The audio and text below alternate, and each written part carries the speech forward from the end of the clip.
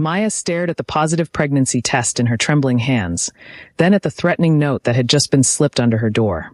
A child makes you vulnerable. Congratulations on signing your baby's death warrant.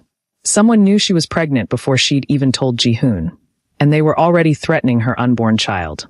This is the beginning of Maya and Ji-hoon's most dangerous chapter yet. If you want to see how they protect their family, hit that subscribe button right now, and let's jump into this explosive part 3. Maya had suspected for 2 weeks, but kept making excuses to avoid the truth. Now, holding the test in her hands, reality crashed down on her. She was going to be a mother, in one of the most dangerous situations imaginable.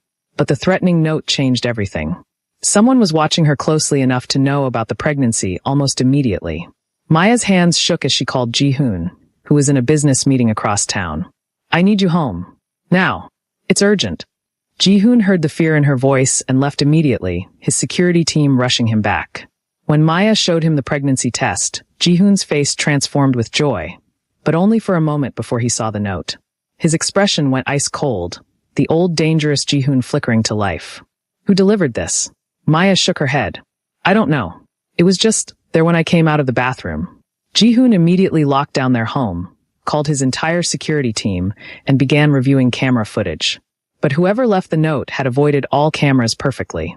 They were dealing with a professional. That night, as they lay in bed surrounded by bodyguards in the house, Ji-hoon held Maya close. I won't let anything happen to you or our baby. I promise. Maya wanted to believe him, but fear gnawed at her. She'd faced death threats before, but this was different. This wasn't just about her anymore. She was responsible for a tiny life growing inside her. Ji-hoon, she whispered. What if going legitimate wasn't enough?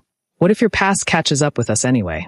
Ji-hoon had no answer, because he was terrified of the same thing. Ji-hoon's investigation into the threat led to a shocking discovery. The note's handwriting matched someone from his past he thought was dead. His younger brother, Seo Min-jun, who supposedly died in gang violence 7 years ago. It's impossible, Ji-hoon said, staring at the analysis.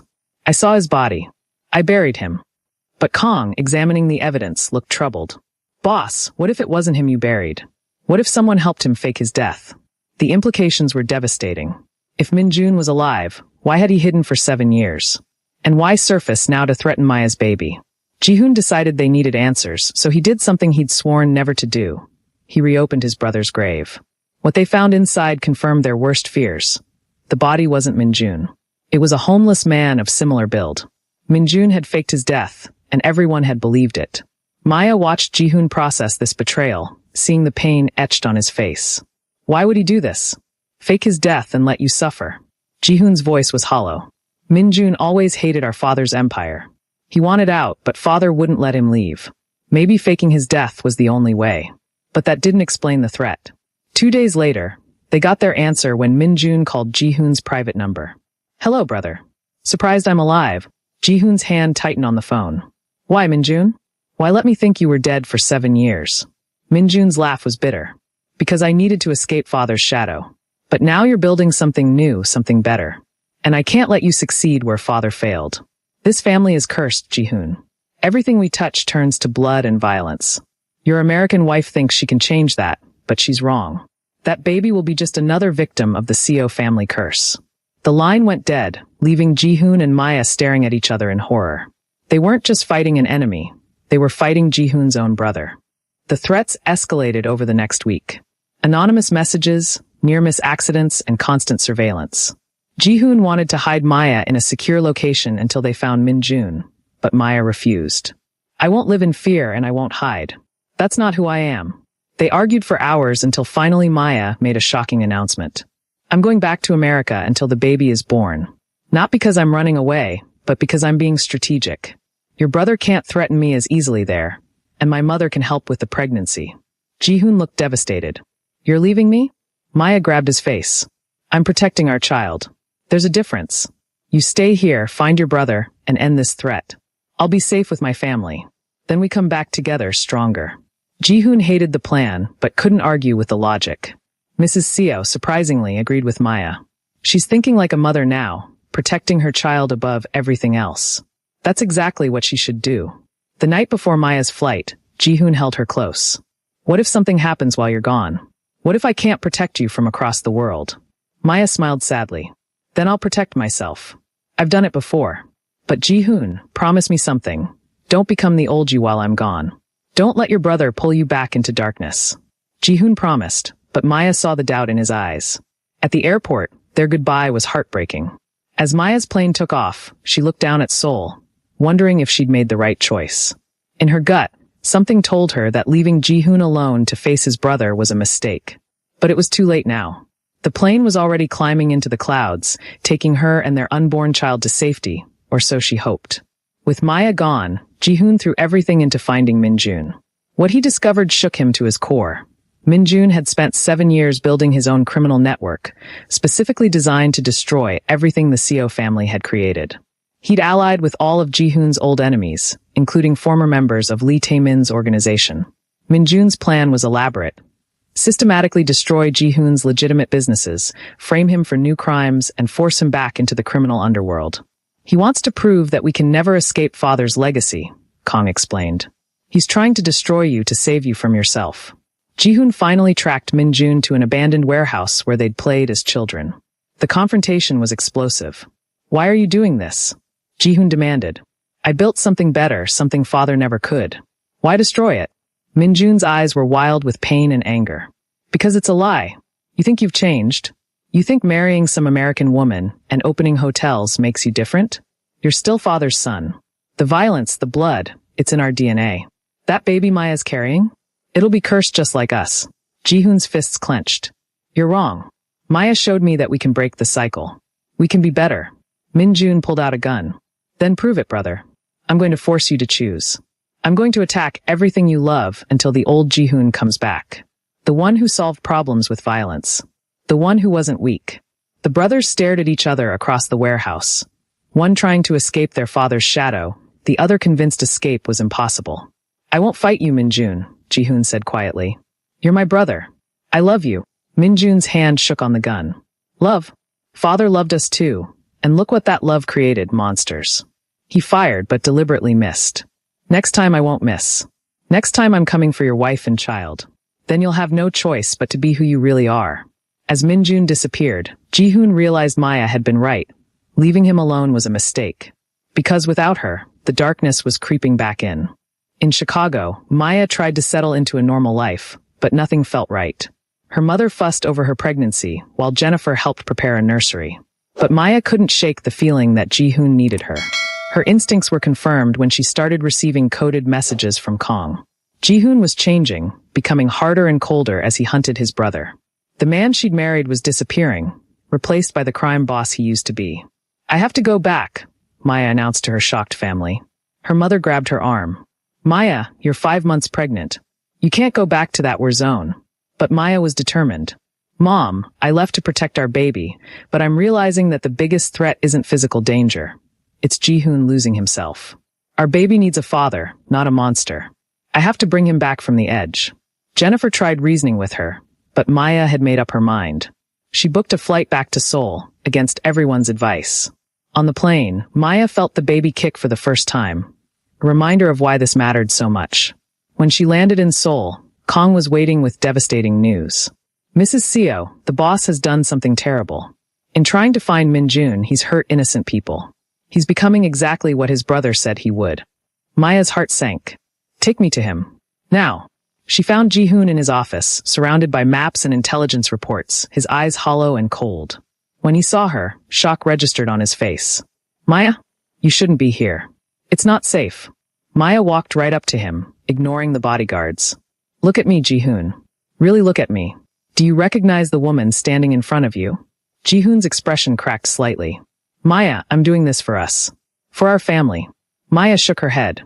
No, you're doing this because you've forgotten who you are. The Ji-hoon I married would never hurt innocent people. The Ji-hoon I married chose the hard path of peace over the easy path of violence. She placed his hand on her pregnant belly. Feel that. That's your child. What kind of father do you want to be? Maya didn't waste time. She called an emergency meeting with Mrs. Seo, Kong, and all of Ji-hoon's trusted advisors. We're staging an intervention. Ji-hoon is spiraling, and if we don't stop it now, we'll lose him forever. Mrs. Seo was hesitant. My son is strong. He can handle this. But Maya stood firm. Mrs. Seo, you watched your husband become a monster because no one stopped him. Are you going to make the same mistake with your son? The words hit hard. Mrs. Seo's eyes filled with tears. What do you need me to do? Together, they confronted Ji-hoon in his home. One by one, his people told him how he'd changed. Kong spoke about orders that crossed ethical lines. Business partners talked about feeling threatened. Even his mother spoke up. You're becoming your father, Ji-hoon. The man I was too weak to stop. But Maya is stronger than I was. Listen to her before it's too late. Ji-hoon listened to it all, his face getting harder with each word. Finally, he exploded. You don't understand. Min-jun won't stop. He'll kill Maya, kill our baby, destroy everything I've built. I have to stop him, no matter what it takes. Maya stepped forward calmly. Even if stopping him means losing yourself? Even if it means our child grows up with a father who's everything you swore you'd never be. Her words hung in the air. Ji-hoon's anger collapsed into anguish. I don't know how to fight him without becoming him. He knows all my weaknesses. He knows how to push me back into the darkness. Maya took his hands. Then don't fight him alone. Let me help you. Let all of us help you. You don't have to carry this burden by yourself anymore. For the first time in weeks, something shifted in Ji-hoon's eyes. The ice melted slightly, and the man Maya loved flickered back to life. I'm scared, Maya. I'm scared I'm not strong enough to break the cycle. Maya smiled through her tears. That's why you have me. I'm strong enough for both of us when you're not. That's what marriage means. We take turns being strong. Maya convinced Ji-hoon to try a different approach. Instead of hunting Min-jun with violence, they would try to understand his pain. Maya hired a private investigator to track Min-jun's 7 years of hiding. What they discovered was heartbreaking. Min-jun hadn't just faked his death to escape. He'd been forced to watch, powerless, as their father ordered the death of the woman he loved, a girl their father deemed unsuitable for the Seo family. The trauma had broken Min-jun's mind. He blamed himself for being too weak to save her, and he blamed the Seo family legacy for destroying the only good thing in his life. He's not trying to destroy you, Maya realized. He's trying to destroy the Seo legacy itself. He thinks if he can prove the family is cursed, he can finally justify his own failure to save the woman he loved. Ji-hoon was shaken by this revelation. Father killed someone Min-jun loved? I never knew. Mrs. Seo admitted she'd known, but had been too afraid to intervene. Your father was a monster, and I was a coward. Min-jun has every right to hate this family. Maya formulated a plan. We need to show Min-jun that the Seo legacy can be different. That love doesn't have to die in this family. That the curse can be broken. She reached out to Min-jun through coded messages, offering to meet, alone. Ji-hoon initially refused, but Maya was insistent. He won't hurt a pregnant woman. And if I'm right about his pain, seeing me might help him understand that your marriage is different from your father's. Against everyone's advice, Maya met Min-jun at a quiet park. He arrived looking gaunt and haunted, his gun visible but not drawn. Why did you come, Mrs. Seo? Trying to save your husband from his own brother? Maya shook her head. I came to apologize. On behalf of a family that destroyed the woman you loved. I came to tell you that Ji-hoon isn't your father, and your nephew or niece won't grow up in the same darkness you did. For the first time, Min-jun's hard exterior cracked and tears filled his eyes. Min-jun collapsed onto the park bench, his shoulders shaking with 7 years of suppressed grief. Her name was Yuki. She was Japanese-Korean, worked in a bookstore, loved poetry. Father said she was beneath our family. He had her killed and made it look like an accident. Maya sat beside him carefully, her hand protectively on her belly. Tell me about her. For an hour, Min-jun talked. About how Yuki had seen good in him despite his family, how they'd planned to run away together, how he'd found out about her death the day after it happened. I confronted Father. He just laughed and said I was weak for loving someone so common. That's when I knew I had to die, at least to him. Maya listened without judgment. Finally, she spoke.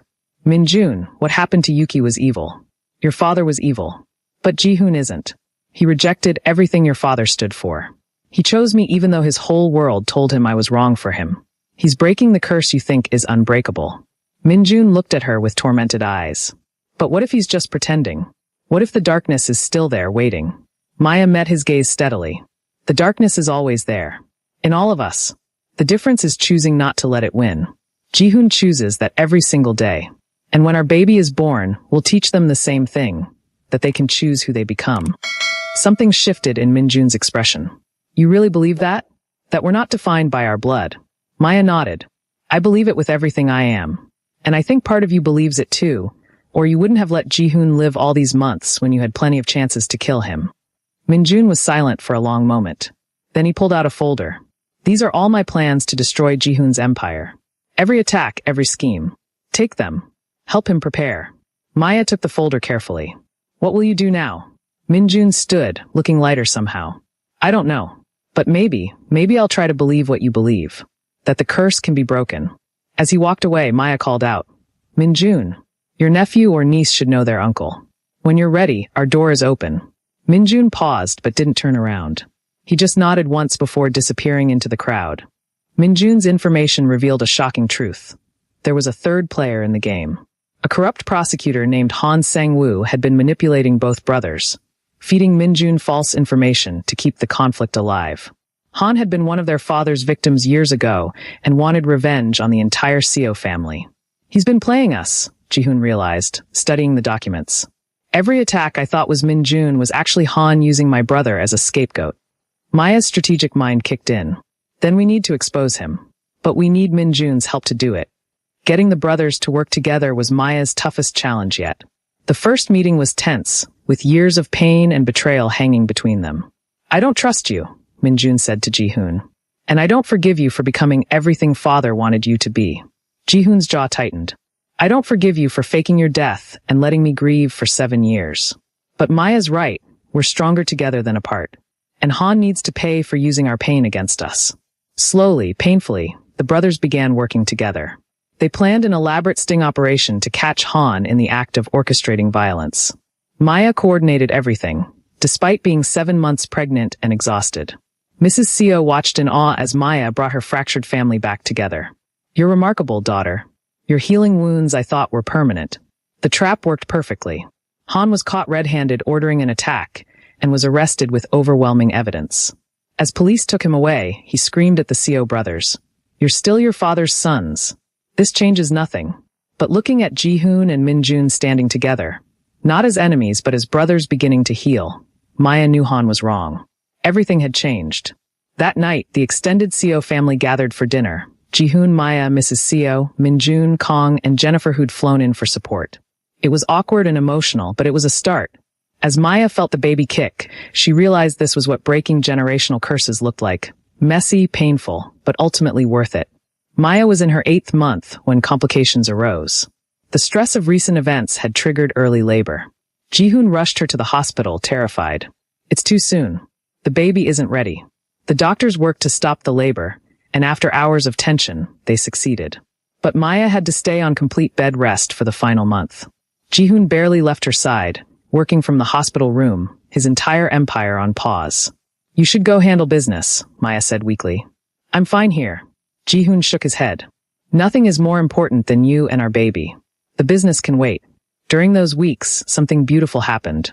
Min-jun started visiting, tentatively at first, then more regularly. He'd bring books and read to Maya and the baby. Mrs. Seo came daily with home-cooked meals. Even Kong showed up with baby clothes he'd awkwardly picked out himself. Maya's hospital room became a gathering place for their unusual family. One evening, Min-jun spoke quietly to Ji-hoon while they thought Maya was sleeping. You know, I hated you for so long. But watching you with her, you really did break the cycle. You found what I lost. Ji-hoon's voice was emotional. I'm sorry father took Yuki from you. I'm sorry I didn't know, didn't protect you. Min-jun was silent for a moment. Maybe you can honor her memory by being a good father. Breaking the cycle for real. That would mean something. Maya smiled to herself, pretending to sleep. Healing was happening slowly but surely. Finally, the day came. Maya went into real labor, and this time there was no stopping it. Ji-hoon held her hand through every contraction, every push, every moment of pain. When their daughter was born, healthy, beautiful, and screaming with powerful lungs, the entire family cried. Ji-hoon cut the umbilical cord with shaking hands, tears streaming down his face. She's perfect, he whispered. She's absolutely perfect. Maya, exhausted but radiant, smiled. What should we name her? Ji-hoon looked at his brother, then back at Maya. Yuki. Her name is Yuki. For the woman we lost and the future we're building. Min-jun, standing in the doorway, broke down sobbing. Little Yuki was 3 months old when the final threat emerged. A remaining member of Lee Tae-min's organization, seeking revenge, planned a massive attack on the hospital nursery where Yuki and other babies were kept. Intelligence caught wind of it just hours before execution. Jihoon wanted to move Yuki immediately, but Maya had a different idea. No, we end this. Tonight. No more running, no more hiding. We protect all these babies, not just ours. She devised a plan using herself as bait while Jihoon and Minjun, working together, would capture the attackers. Mrs. Seo argued it was too dangerous, but Maya was firm. This is what I do. I stand up. I don't bow down. Not even for safety. The trap was set. Maya made herself visible with Yuki, seemingly unprotected. When the attackers came, they walked right into an ambush. Jihoon's legal security team, working with police, arrested everyone involved. But the leader, a man named Cho, managed to get past the first line of defense. He burst into the nursery where Maya stood holding Yuki, gun raised. You destroyed everything. Cho screamed. Boss Taemin is dead because of you. Maya didn't flinch. She stood between Cho and the other babies, Yuki protected in her arms. Those babies have nothing to do with your war. Neither does my daughter. If you want revenge, take it on me. But you leave these children alone. Her voice was steel, commanding, powerful, unafraid. Cho hesitated, his gun wavering. In that moment, Jihoon and Minjun burst in together, taking him down before he could fire. As police dragged Cho away, he stared at Maya in something like awe. You really don't bow down to anyone, do you? Maya adjusted Yuki in her arms. Not to you. Not to fear. Not to anyone who threatens innocent lives. Never. Later, as the Seo family gathered in relief, Jihoon pulled Maya close. You're the bravest person I've ever known. But please, no more using yourself as bait. My heart can't take it. Maya laughed tiredly. Deal. I think I've proven my point enough times. 5 years passed. Maya and Jihoon's empire of legitimate businesses thrived, employing thousands and helping communities across Asia. Little Yuki grew into a fierce, intelligent child who spoke 3 languages and refused to back down from anything, just like her mother. Minjun had found peace, running a foundation for victims of organized crime, honoring Yuki's memory by helping others escape violence. Mrs. Seo had transformed too, becoming an advocate for women in business, finally finding her own voice. On Yuki's 5th birthday, the family gathered in the garden where Jihoon and Maya first kissed. Tell me the story again, Mama, little Yuki demanded. About when you met Daddy. Maya smiled, pulling her daughter onto her lap. Well, baby, Daddy was a very powerful man who everyone was afraid of. But when Mama met him, she wasn't scared at all. Yuki's eyes went wide. Because you're brave. Maya kissed her daughter's forehead. Because I knew who I was. And I never let anyone, not fear, not pressure, not even love, make me into someone I wasn't. Jihoon added, and your mama changed Daddy's whole life. She showed him how to be strong in a different way. Not with fear or power, but with courage and love. Minjun, now Uncle Junjun to Yuki, chimed in. Your mama broke a curse that hurt our family for generations. She saved us all. Yuki thought about this seriously. When I grow up, I want to be like Mama. I won't bow down to anyone either. Maya and Jihoon exchanged proud looks. That's right, baby, Maya said. You be strong, be kind, be brave, and never let anyone tell you who you should be. As the sun set over Seoul, Maya reflected on her journey. She'd come to this city broken and desperate, never imagining she'd fall in love with a crime boss, transform an empire, heal a fractured family, and raise a daughter who embodied everything she believed in. Jihoon wrapped his arm around her waist. What are you thinking about, Mrs. Seo? Maya leaned into him. I'm thinking about how refusing to bow down was the best decision I ever made. Because it led me here, to you, to Yuki, to this beautiful, complicated family. I'm thinking that sometimes the strongest thing you can do is stand firm and let the world change around you instead of letting it change you. Jihoon kissed her temple. You changed my world, Maya Williams Seo. You changed everything. As little Yuki ran through the garden laughing, chased by her Uncle Minjun, with grandmother Seo watching proudly, Maya smiled. This was her legacy, not just surviving in a dangerous world, but transforming it into something better. Teaching the next generation that true power isn't about making others bow down, but about standing up with such conviction that you inspire others to stand with you. And that's the complete saga of Maya Williams Seo, the woman who refused to bow down and changed an entire empire. Did this ending satisfy you? Do you think Yuki will grow up to be as fierce as her mother? Should we do a spin-off series about Yuki's story when she grows up? Let us know in the comments. If this 3-part journey inspired you, moved you, or made you believe in the power of standing firm in who you are, please hit that like button. Share this entire series with everyone who needs to hear this message, and subscribe to our channel. Hit the notification bell so you never miss our next powerful story. Thank you for being part of Maya's incredible journey from Chicago to Seoul, from brokenness to building an empire, from standing alone to leading a family. Remember, never bow down to anyone or anything that doesn't deserve your respect. Stay strong, stay true, and we'll see you in the next story.